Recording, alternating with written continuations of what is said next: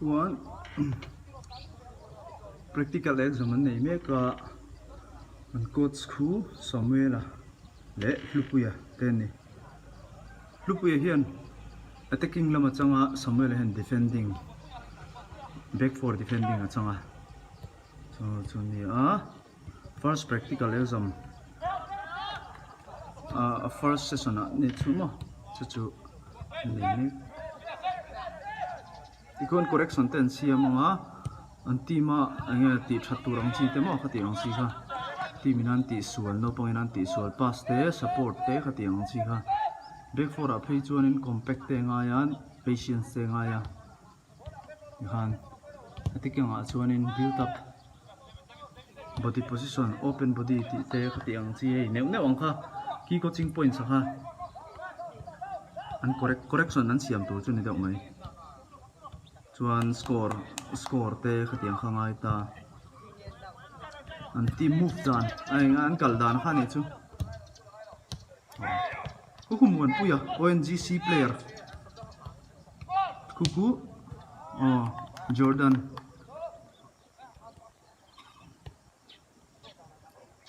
Samuelan back for defending at shape siam le don ne kuku ti that lo na Nelamin attacking anon Bainal tuga undefending shape siam thadon correction siam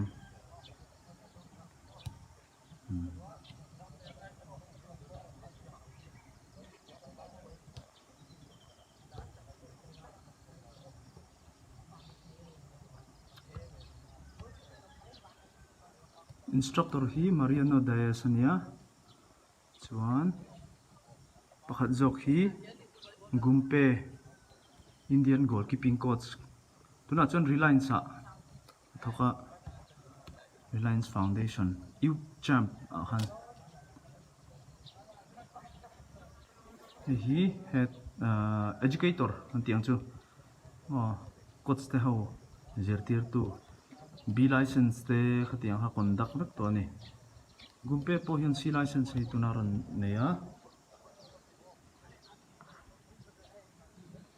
first module arong kal lawa second module at hian aron kal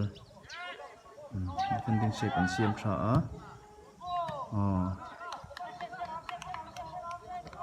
next sa ke ni kan ni ve thung do na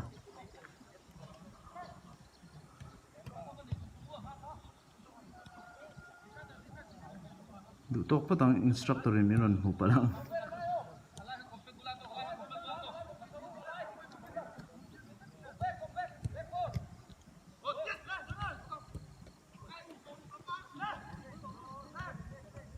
no pangin phan mai tur hin om lawa buai thak khop maya ke mani le ke mani trainee ho hi anin manga ha thak thei khop maya a buai thak next practice tu next exam tu tan phei chon mo du thu sam om lo a ground chu tha nora chu tun lai no pang school an kala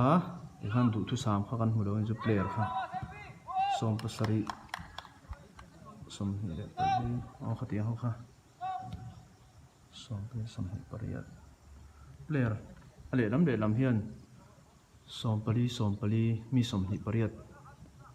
nei tur ang kha ni ta mo le lam som pali lupuya defending shape siam Samuel Khan attacking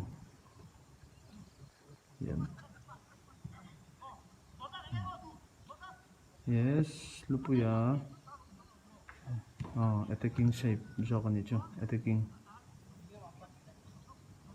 mo chur chu